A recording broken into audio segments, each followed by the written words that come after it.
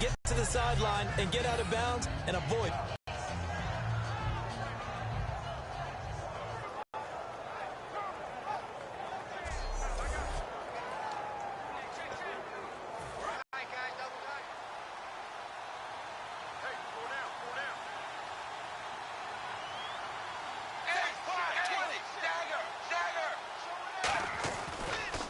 Now it's the Boise State alum, Jay Ajayi. And he is going to lose yardage here. Personal foul. Face mask. Defense.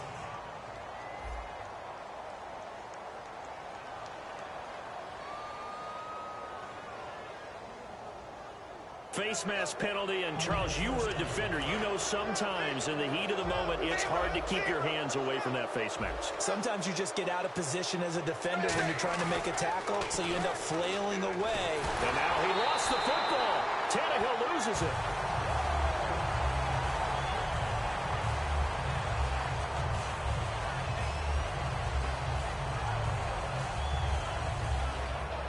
So we reach halftime here in a 10-point game as we send you on over to Orlando, where we'll check in with Larry Ridley. He's got our EA Sports halftime report. Larry? Thanks, Brandon.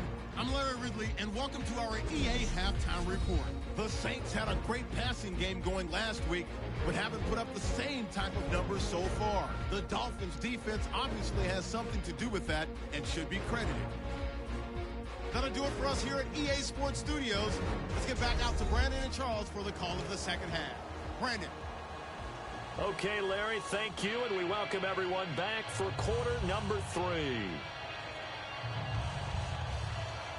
So both teams have their marching orders, and we'll get going again here in quarter number 3. This is fielded at the goal line. And he'll take this one near the 25, call it the 26-yard line. Out comes the Dolphins now. They'll go on offense first here in this third quarter. They built a good first half lead. Now they have a chance to add on to it. And what I'm thinking is that the offensive staff spent the entire halftime just working with them on, here's what we think they're going to do to attack us in the second half. Nice first half that we've had, guys, but be prepared for some change-ups. We're going to see them when we kick it off in the second half. See how they handle any adjustments that might be made defensively. And now this is intercepted. My goodness. Picked off by the safety, Kenny Vaccaro. And to the 43. So down inside the 45 to the 43-yard line. That's where they'll take over. First possession, so maybe a second-half tone setter. Indeed, and not the tone they wanted to set. That's the equivalent of running out the wrong door and running into your pool instead of running out onto the field. A real dud for that one. Has that happened to you before? No, but I've heard stories about teams actually doing that back in the good old days. If you're running out route, it's likely you're going to end up near the sideline. And what did we just see there? Toe tap. You got it. The benefits of practice. Toe tapping, foot dragging, picking it up, and making sure it was a catch.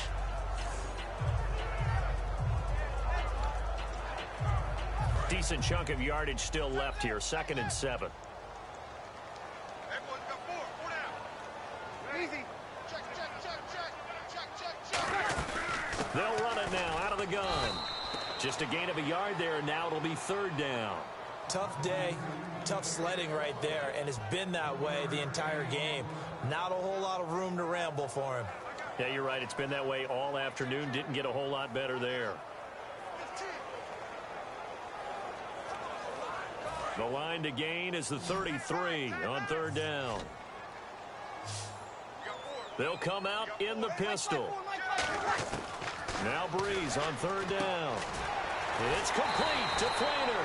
And he's able to pick up the first before he's taken down at the 27. Personal foul.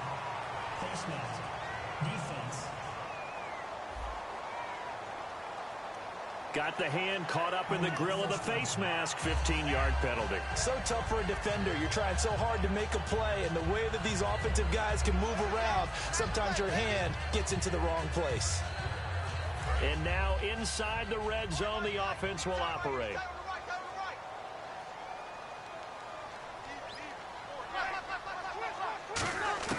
On 1st down, Breeze. That's complete right around the 8. A gain of 6 there on first.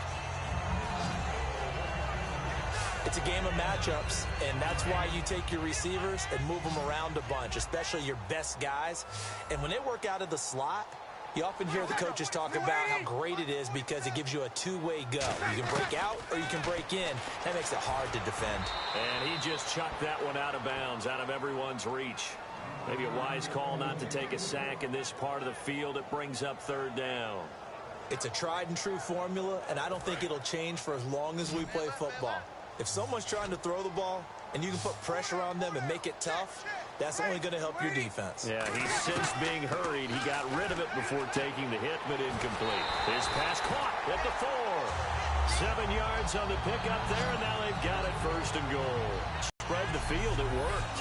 And I think that the spreading of the field, the extra receivers, has really become the next in the evolutionary chain in the NFL. Go all the way back in that situation, you hand it to the fullback, right? As we evolve, maybe you pitched it to your tailback. Now you spread the field, and you have your choices of where to throw it and complete it for a first down.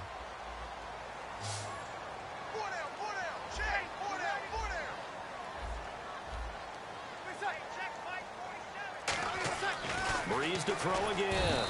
Feeling the pressure here and taken down. A sack back at the 7. Well, that was point counterpoint, wasn't it? They decided to throw for it on first and goal. Instead, the defense counters with pressure, and the defense wins, getting a big sack.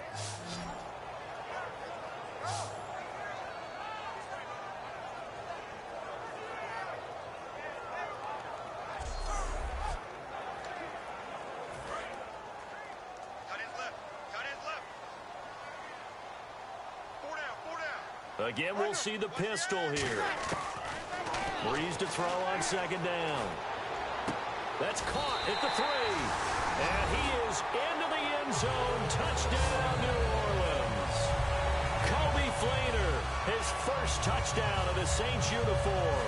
And the Saints take advantage of field position on the turnover to cash in for 6.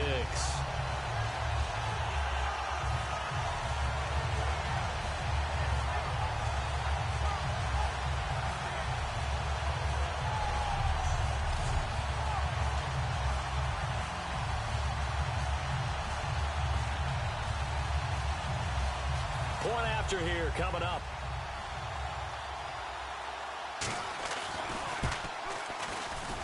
And this is up and good to make it a 17-14 game. So that winds up a 7-play drive all told. And it ends with a touchdown for New Orleans. This will be taken in at the 1. And he'll take this across the 25. Couple extra yards up to the 27-yard line. And out come the Dolphins now. And last time, 1-play interception. So this offense, they should be fresh. That's a good way of putting it. And I can't wait to see what they decide to do with play calling. Because a 1-play drive where you throw an interception, a lot of people think the very next time out, run the football, don't give them a chance. Maybe play action? I think maybe you go play action, show your quarterback, you get a little confidence in it, and let him fling another one. He's got his man on the crossing route. Past the 20. And he'll be down deep into New Orleans territory. A bit after the catch ability, rack ability is often the difference between winning and losing and changing field position. They come out with 1 back and 3 tight ends. Now a play fake here on first down. And incomplete as he was knocked as he threw it. And it took the ball off course.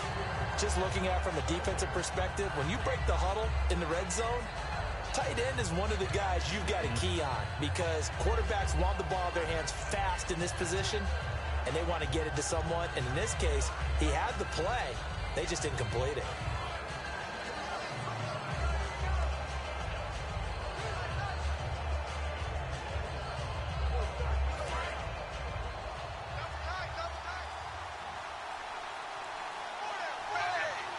Time running out here on the play clock.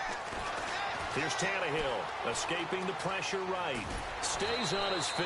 It's a good gain of 11, sets him up first and goal.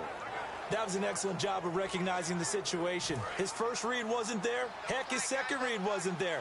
But he bought himself a little extra time scrambling out of the pocket, got to the sticks, and picked up the first down.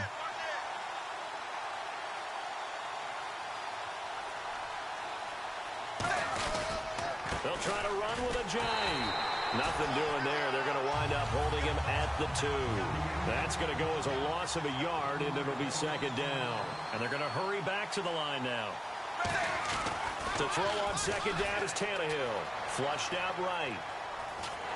A hit as he throws there, incomplete. Not too many things get to a quarterback of this magnitude, but I think it's safe to say that pressure can get to any quarterback. He's obviously a great franchise quarterback, but felt the pressure, threw it incomplete. Now, do you put it in your quarterback's hands again? That's the question here on 3rd and goal. Now Tannehill. That's caught at the 1. Just a 1-yard pickup on the play, and that will bring up an interesting decision here on 4th and goal. I wouldn't be surprised to see the next step in utilizing this position is to actually utilize more of a scat back in this spot, because we saw the catch there, right? He made it. He was a bigger, stronger guy, maybe not quite as elusive as maybe someone else you would put there. Yeah, didn't get the big yardage there you might out of a smaller back. Now they're going to hold serve. The defense stops him. And you wonder, Charles, could that decision come back to haunt them later? And it really could, because in this situation, you kick the field goal in a tight game like this, that's a good play. Yeah. But maybe what he's saying to himself is, I'm just not a big proponent of the old idea that any possession that ends in a kick, I'm happy with. He wanted to be really aggressive. A little twist here in the 3rd quarter.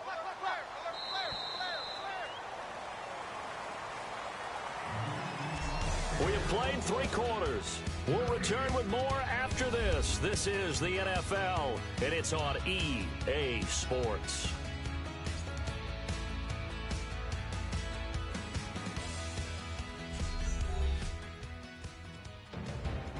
Back now here live in New Orleans. It's been a very hotly contested game to this point. Just a field goal separating these two teams as we get set for the 4th quarter.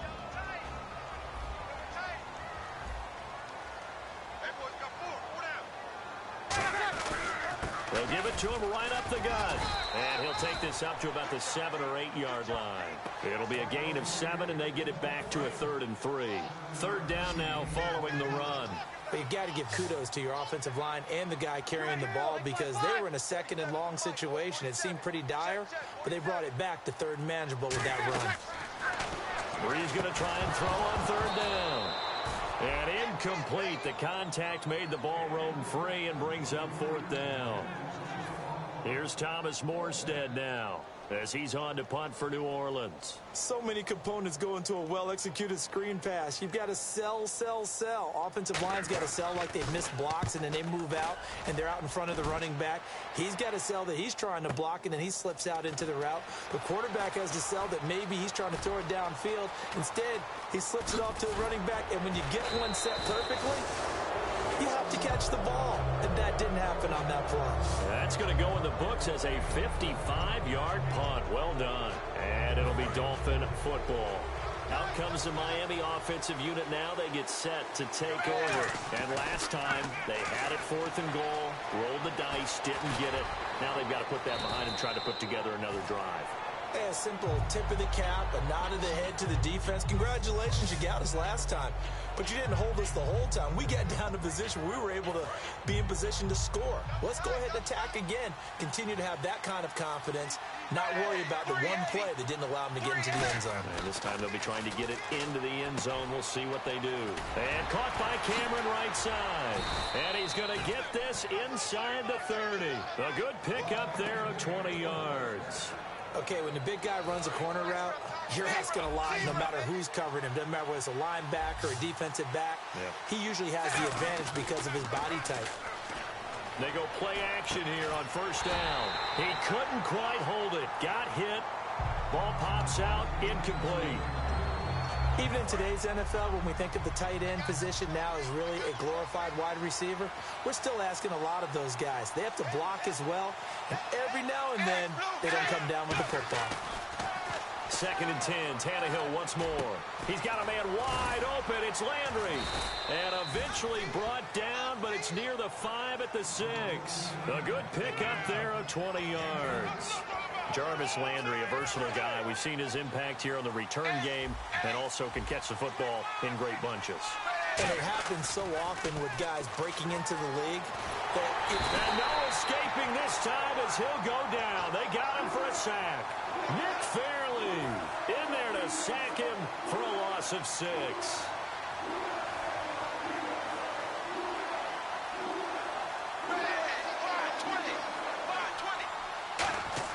On 2nd down, here's Tannehill. Eluding the pressure right. And he can't corral it. Maybe a big missed opportunity there defensively in the end zone. And now 3rd down. A missed opportunity for an interception would have killed off a drive. They had a chance there to finish things off. Didn't get it done. I guess that's why a lot of those guys do not play offense. Now Tannehill on 3rd and goal. Steps away to his left. And he'll take this into the end zone for a Dolphins touchdown. Devontae Parker, his first touchdown here of the new campaign. And the Dolphins add on to their lead. As a former DB, you might not like to see that, but from a wide receiver's perspective, those are the plays they dream of. Correct on both counts, all right? Because once he took off, I mean, let's face it, that should have been done in Big Sky country. Aren't any speed limits out there? And off he went. Glad I wasn't the one trying to chase him. And his guys will take a 10-point lead.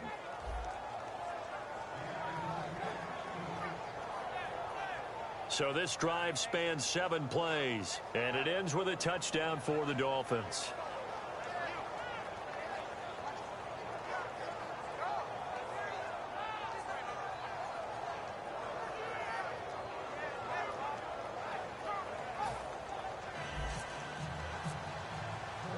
The kicking team out for Miami as they will send this one away.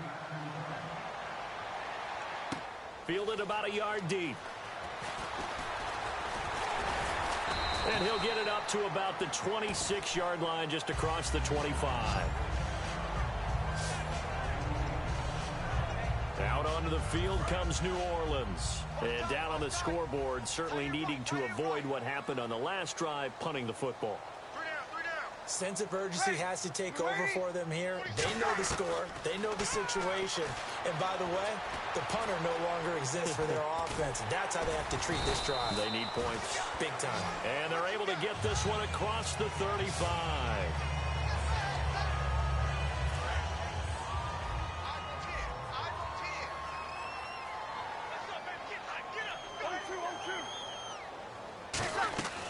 Breeze now on 1st down.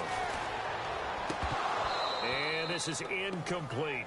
Johnson the intended target, and that'll bring up 2nd down. Receivers work all the time on making sure they catch the ball, haul it into their bodies before they turn and run. A little bit of loss of focus on that play.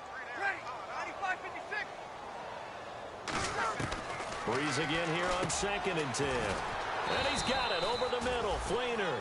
That catch good for 5. It's 3rd down. Time for a break. We'll come back to wrap this one up after this.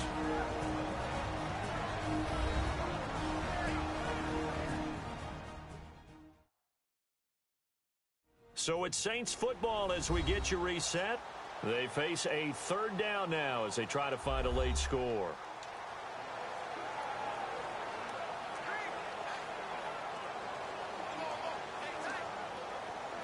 So completion on 2nd down, that brings up 3rd. It's a 5-receiver set, 3 to the left, 2 to the right. From the gun on 3rd down, Breeze. And no escaping this time as he'll go down. They got him for a sack. All right, they're going to try and keep hope alive here on 4th down. They're going for it. Now Breeze, got to have this one. And Thomas has it. The Saints' decision to go for it backfires. And the Dolphins get the football in great field position. So with that, we can just about close the book on this one, Charles. Yeah, what's the old expression about slim and none? Well, Slim just left town on that They're one. down to none? Yes, exactly right. So now here come the Dolphins. Getting down to the end here, they have a 2-score lead. Barely, but it's a 2-score lead, so that probably makes you as a coach feel a lot more comfortable right now, doesn't it, Charles? It does, but it doesn't mean now you go out and run option or some kind of wild double reverse or anything. And now the Saints are going to take a timeout on defense. It's just their first. They've got 2 more to use here in the final stages.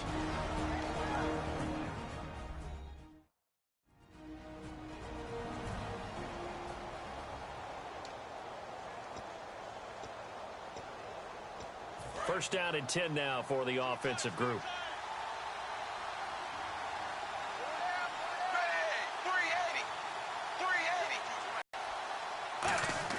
Tannehill going to throw it. And intercepted. Maybe the turning point they need. Delvin Breaux with a pick. And he'll be brought down at his own 2-score game here in the 4th. And that pick, it kind of keeps the door ajar, doesn't it? It does, and you wonder about their strategy because with a 2-score lead, you would think maybe you're just sitting on it and trying to drain some clock. It's almost like they felt like, hey, we've got a good cushion. We can keep pressing it. It ended up costing them. The 15 yards there on the catch and run. And now they're in the hurry-up. Back to throw, Breeze. Over the middle, open is Thomas. And they're able to get this one across the 35. Give them 13 on the pickup there. And that leads to a New Orleans first down. To throw is Breeze. And no escaping this time as he'll go down. They got him for a sack. Personal foul. Roughing the passer. Defense.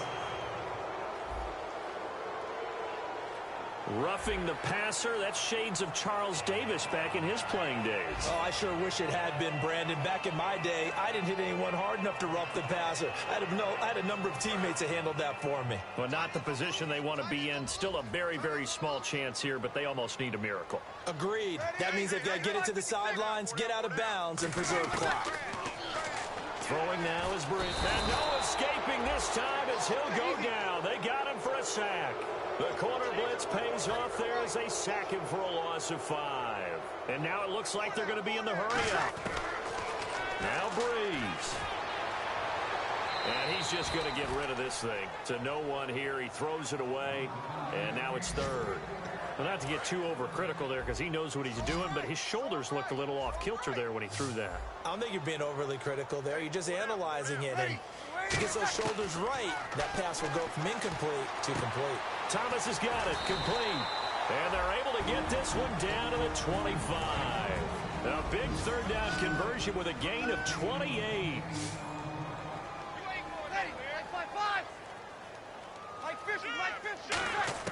To throw is Breeze. He's going to get this one out to his fullback.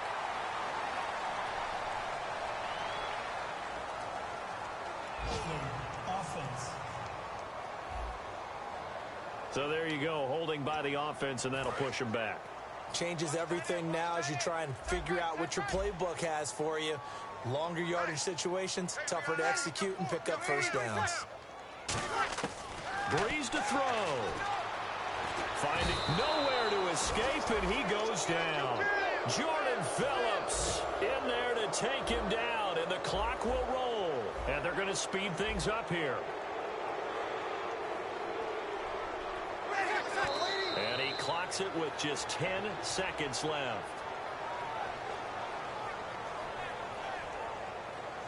Seventh play of this drive coming up, but a long way to go on 3rd down.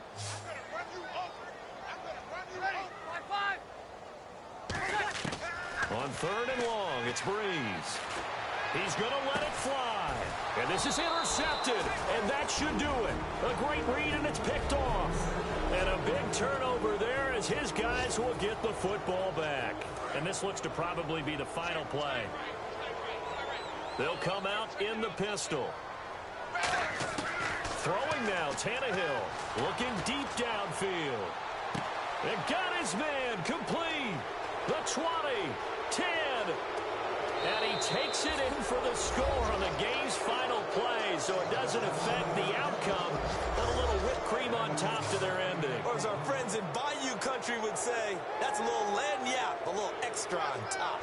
And I think it's safe to say we won't call many touchdown passes longer than that this year, partner. No, I would agree with that totally. And right now, you're looking at an offensive coordinator. Conservative would not go next to his name. Risk taker, definitely, because he valued the opportunity to create a big play against what could have been disaster if they end up getting sacked or fumbling the ball in the shadow of their own goal line. Now the final act of this victory, the extra point. It's up and it's good as they tack on one more to what's going to be a very satisfying victory.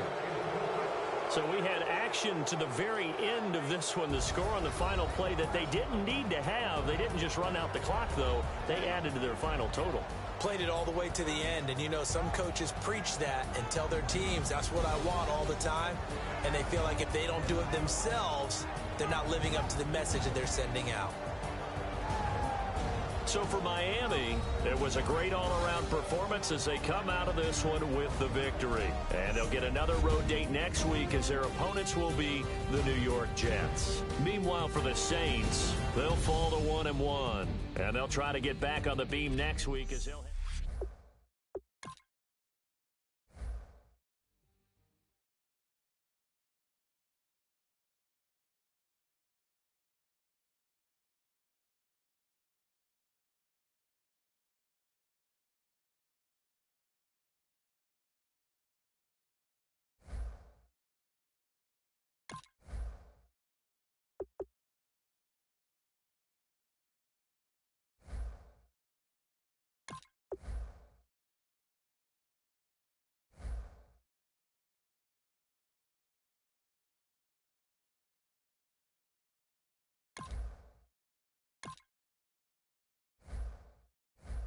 Kick off your week by installing your game plan.